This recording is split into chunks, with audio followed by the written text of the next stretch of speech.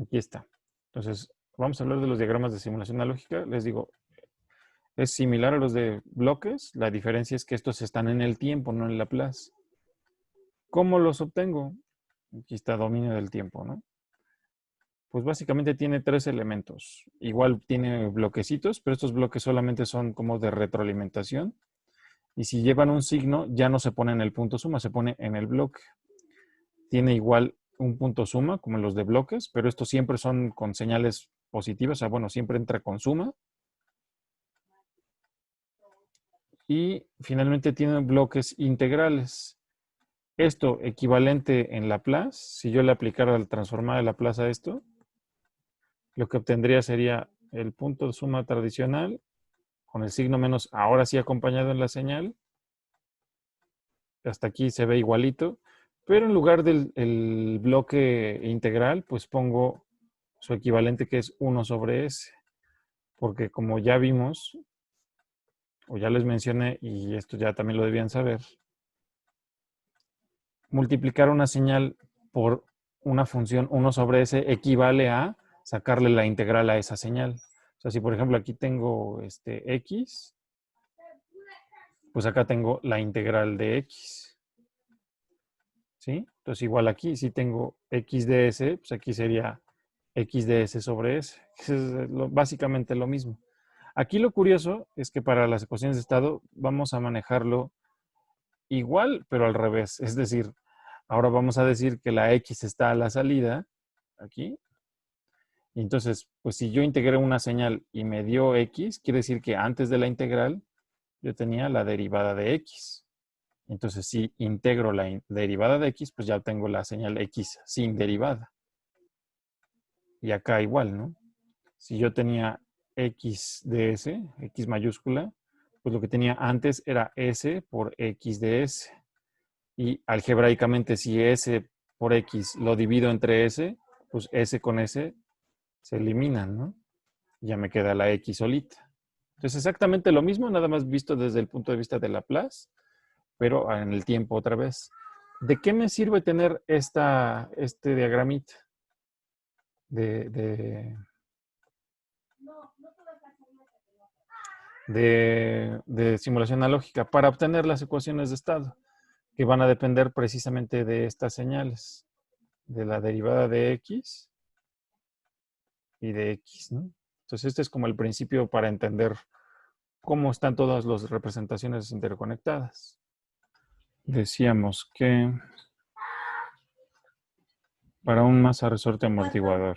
Entonces, vamos a partir de la ecuación de equilibrio, de lo que se trata aquí es de obtener esta forma característica que le vamos a llamar x punto igual a ax más bu, donde estas a y b son matrices, mientras que estos x y u serán vectores. O sea, ahora ya no serán variables simples, ¿no? Sino que ahora tendrán varios, o pueden tener varios componentes. Teniendo en cuenta que estamos buscando esta representación, ax más bu, pero que finalmente lo que queremos obtener es una ecuación diferencial de primer orden, esto se hace haciendo un cambio de variable. Es decir, ¿qué pasa si la ecuación, como en este caso, el sistema es de segundo orden? O sea, la ecuación diferencial tiene esta doble derivada. Pues doble derivada significa que es de segundo orden, ¿no? Ya vimos que cuando lo cambiamos a Laplace aparece una s cuadrada. Bueno, pues lo que hacemos es, el truco es definir dos componentes. ¿Cuántos componentes? Tantos como el orden que yo tenga de la derivada. Entonces, si llego al segundo orden, pues voy a definir dos componentes. Y al primer componente le voy a llamar x. ¿Cómo conozco el siguiente componente? ¿O cómo elijo estos componentes? Ah, bueno, pues muy fácil. Si en las ecuaciones de equilibrio del sistema yo tengo esa variable y quiero saber si esa variable es posible definirla como un estado, como un componente, necesito fijarme si en la ecuación aparece su derivada. Entonces, como sí aparece la derivada de x, entonces x la puedo definir como estado. ¿Sale? Es muy simple. Siguiente cuestión. ¿Puedo definir la derivada de x como estado? O sea, x punto sería un estado. Pues otra vez me fijo si aparece su derivada. La derivada de x sería la doble derivada de x. Entonces sí está aquí. Por lo tanto, como sí existe su derivada, entonces sí puedo definir la derivada de x como el segundo estado, el segundo componente. Y ya. Me podría preguntar, ¿será posible definir la doble derivada de x como un estado? Y al observar la ecuación veo que no aparece su derivada, que sería la triple derivada de x. Entonces, como no está definida, entonces no lo puedo definir como estado. ¿Sí? Eso es muy simple. O sea, todo concuerda. Todo es dos estados, solamente dos posibles que pueda yo definir como esos componentes. ¿Y qué hay? ¿Qué sucede al hacer este cambio de variable? Y bueno, nada más para que se concuerde la notación utilizada, voy a definir U como F. O sea, U es la entrada, F es la entrada. Simplemente le voy a llamar U. O sea, al hacer este cambio, lo que hago es reescribir la ecuación U en lugar de F igual a M doble derivada de X. Pero como la doble derivada de X ahora la voy a hacer por cambio de variable, fíjense que la doble derivada de X sería la primera derivada de X2. ¿Sí se ve? O sea, si yo derivo aquí una vez X2, me va a dar la doble derivada de X, que es lo que estoy sustituyendo. Tengo que escribir mi ecuación, pero con las nuevas variables definidas. Luego más B por X2, que es la primera derivada de X, más K por X1. Y entonces lo que hago es, parece que me lo complico más, pero van a ver que no. Lo que obtengo son dos ecuaciones principales. Voy a poner de referencia lo que quiero obtener, x punto igual, perdón, punto igual a ax más bu. Y entonces, la primera ecuación que tengo es que la derivada de x1, la reviso aquí, si x1 es x, la derivada de x1, pues era la derivada de x. Pero la derivada de x ya está definida como x2. Entonces, pues derivada de x1 igual a x2.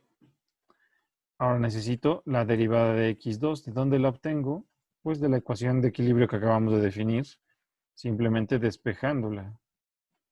Entonces, si despejo, vean que está multiplicada por m, lo que quiere decir que todo lo demás lo voy a pasar restando al otro lado de la igualdad.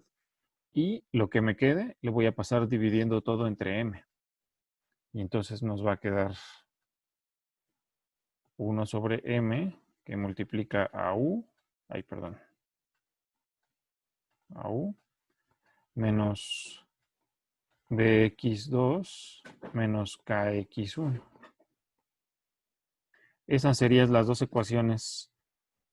¿Cómo hago que se parezcan a esta forma? Bueno, pues básicamente lo que corresponde a lo que son vectores y matrices es pues, realmente el ordenamiento de datos de una forma característica, en este caso de la forma matricial. Vean, pongo así, tal cual están arriba, derivada de x1 y derivada de x2, pero ahora las encierro así en un corchete y entonces ahora es un vector de dos filas y una columna.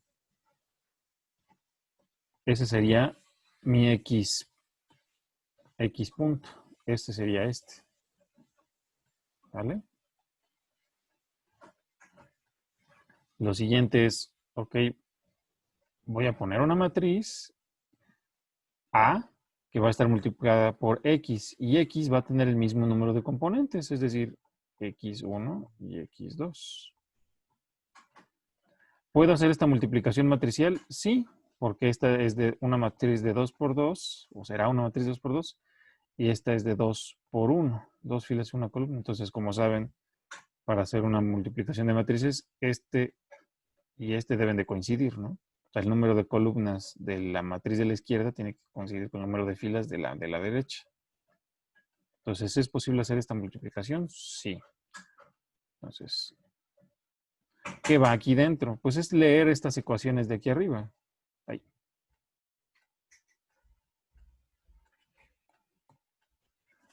Al leer estas ecuaciones de arriba, tengo la primera, derivada de x1 igual a x2. Pero esta se puede escribir también como 0 que multiplica a x1 más 1 que multiplica a x2 más 0 que multiplica a u, porque son todos los elementos que aparecen, ¿no? X, pero todos sus componentes, y la u. Entonces, x tiene dos componentes, x1, x2, y la u está solita, ¿no? Entonces, aprovecho y aquí adicionalmente le sumo la matriz B multiplicada por U. B tiene que tener una columna porque U es de 1 por 1 para poder hacer el producto. ¿Sale? Entonces, escribir la primera fila, tanto de la matriz A como de la matriz B, es leer la primera ecuación, que será 0x1, 1x2 más 0u. ¿Sí? Así de sencillo. Ahora voy con la segunda ecuación. La segunda ecuación, vamos haciendo el producto correspondiente, veo que la primera, que depende de x1, ven esta columna, la primera columna dependerá de x1, será menos k sobre m x1 menos b sobre m x2 y por último más 1 sobre m por u.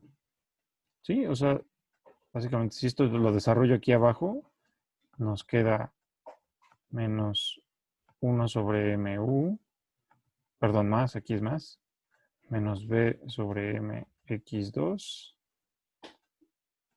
menos k sobre m x1. Pues nada más ordenándolo en la forma correcta, x1, x2, u, es como nos queda la segunda fila de aquí, ¿no? Entonces, básicamente, eh, esta matriz A vendría siendo esto. Esta matriz B, esto de aquí. Y, por supuesto, los componentes X y U, pues serían estos. Aquí X no es ahora una sola variable, como les decía, ahora es un vector.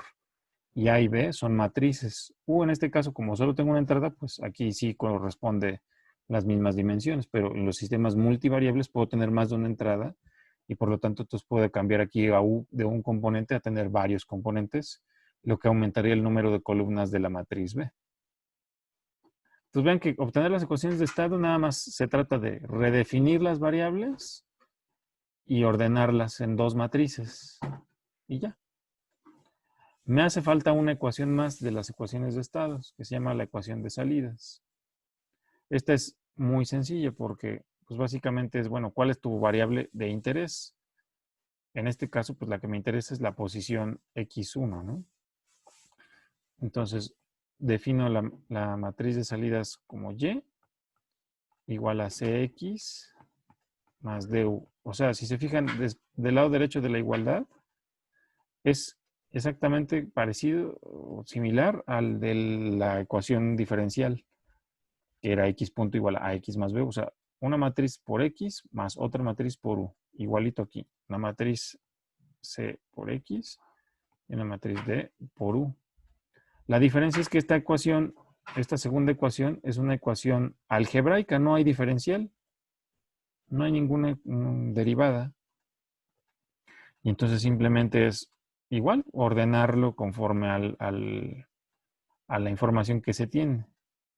Entonces, en este caso, si y es igual a x, pero x lo definimos como x1, entonces nada más necesito encontrar la forma de escribirlo para que quede en la forma matricial.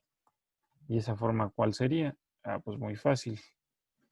Podemos decir que y es igual que arriba, ¿no? A 0x, no, perdón, no es 0, es a 1x1 más 0x2 más 0u, ¿verdad? Porque en esta ecuación solamente depende de x1. Por lo tanto, escrita en su forma matricial, y será igual a la matriz C por x1, x2, x1 no, más la matriz D por U. ¿Y cuáles son sus componentes? Pues los que acabamos de decir arriba. 1x1, 0x2, más 0u. Y así ya tengo entonces también las matrices C y D. En muchos de los casos la matriz D da 0 y a veces pues en algunos libros lo simplemente omiten ponerlo. Pero por ejemplo en programas de cómputo donde necesitan meterle los datos a fuerza, aunque sea a 0, hay que ponérselo. Entonces yo por eso tengo la costumbre de sí escribir todos los componentes, ¿no? Todos los elementos. Bueno, aquí para coincidir con los colores, vean que aquí está otra vez el vector de estados X y la señal o vector de entradas, que en este caso solo es una, U. Y para las matrices, pues tendremos esto y esto. Y entonces fíjense lo que voy a hacer. Voy a hacer aquí un truco, ¿no? Voy a decir que la doble derivada de X, entonces es igual a 1 sobre M que multiplica a F, ¿verdad? Más 1 sobre, perdón, B sobre M, pero con signo menos, por la primera derivada de X, menos K sobre M por X. Ahora, la única cuestión para completar aquí el diagrama es de dónde saco la derivada de X y de dónde saco X. Ah, pues integro esta señal. Y yo le aplico la integral a la doble derivada de X, obtengo la primera derivada de X y ya la puedo unir. Y si a la primera derivada de X la vuelvo a integrar, pues ya obtengo la X solita. Y ya las puedo unir aquí. Entonces ven cómo también de la ecuación diferencial puedo dibujar nada más despejando la derivada de orden más alto. Voy leyendo la ecuación y voy dibujando el diagrama. Y otra vez, de aquí del diagrama exactamente os sucede lo mismo. Esta será la salida Y. Las salidas de los integradores son los componentes x1 y x2. No tengo más integradores, entonces no tengo más componentes. Y la entrada la defino como U. Y exactamente haciendo esta definición, obtengo las mismas ecuaciones de estado que obtuvimos aquí debajo. ¿Sale? Porque X la definimos como X1 y la derivada de X la definimos como X2. Entonces, si voy construyendo cada una de las ecuaciones, exactamente voy a llegar a estas ecuaciones. Y por lo tanto voy a llegar a las mismas matrices. Ahora, aquí hay un detalle interesante. Fíjense que, y esto, luego muchos no se meten en esto para no complicarse de más, pero ¿qué pasa si ahora yo los defino al revés? Yo a lo mejor ahora se me pega la gana de decir que ahora este es X1 y ahora este es X2, porque finalmente no hay una regla que diga cuál tenga que definir primero y cuál después. Bueno, aquí lo que va a pasar es que las matrices van a tener los mismos datos, pero van a estar cambiadas de orden, porque como estamos ordenándolas según una definición y ahora cambiamos la definición, pues entonces nada más van a estar ordenadas de manera diferente, pero el modelo es el mismo y por lo tanto es válido, no importa cómo ordene yo la definición de los estados, las matrices van a dar diferentes, pero diferentes en ordenamiento, pero van a seguir siendo válidos, o sea, sigue siendo el modelo válido. Entonces, como esto es posible para un chorro de situaciones, por ejemplo, para cambios de base, lo que se le conoce en álgebra lineal como cambio de base, quiere decir que las ecuaciones de estado no tienen una única representación, tienen infinitas cantidades de representaciones diferentes que sean del mismo sistema. Ejemplo, esto que acabo de mostrarles, si ahora este es X1 y este es X2, las matrices A y B y C y D van a ser diferentes. Vamos a hacerlo. ¿Cómo quedaría, no? Voy a escribir las ecuaciones. Ahora será y igual a x2, y igual a x2, y la derivada, voy a tener dos ecuaciones, ¿no? Derivada de x1, derivada de x2. Entonces, derivada de x1, lo estoy viendo, ¿en dónde la estoy viendo? Aquí sería la derivada de x1. Y acá sería la derivada de x2, ¿verdad? Porque si x2 está de la derecha, a la izquierda del integral es derivada de x2. Bueno, aquí está. Derivada de x2 es igual que x1. Entonces, este es igual a x1. Y derivada de x1, la que leo de este lado, pues será con respecto a x1 menos b sobre m x1 menos b sobre m x1 menos k sobre m x2 más 1 sobre m u. Y entonces lo único que hago es, lo escribo otra vez, pero en forma matricial ahora, x, derivada de x1, derivada de x2 y la y, ¿no? O sea, las ecuaciones, las ecuaciones de estado, ¿no? X punto igual a ax más bu, y igual a cx más du. Entonces, escribo como mi esqueleto. O sea, sé que esto es x1, x2 por una matriz de 2 por 2 y esto igual aquí, x1, x2. Aquí en la matriz B de 2 por 1 por u.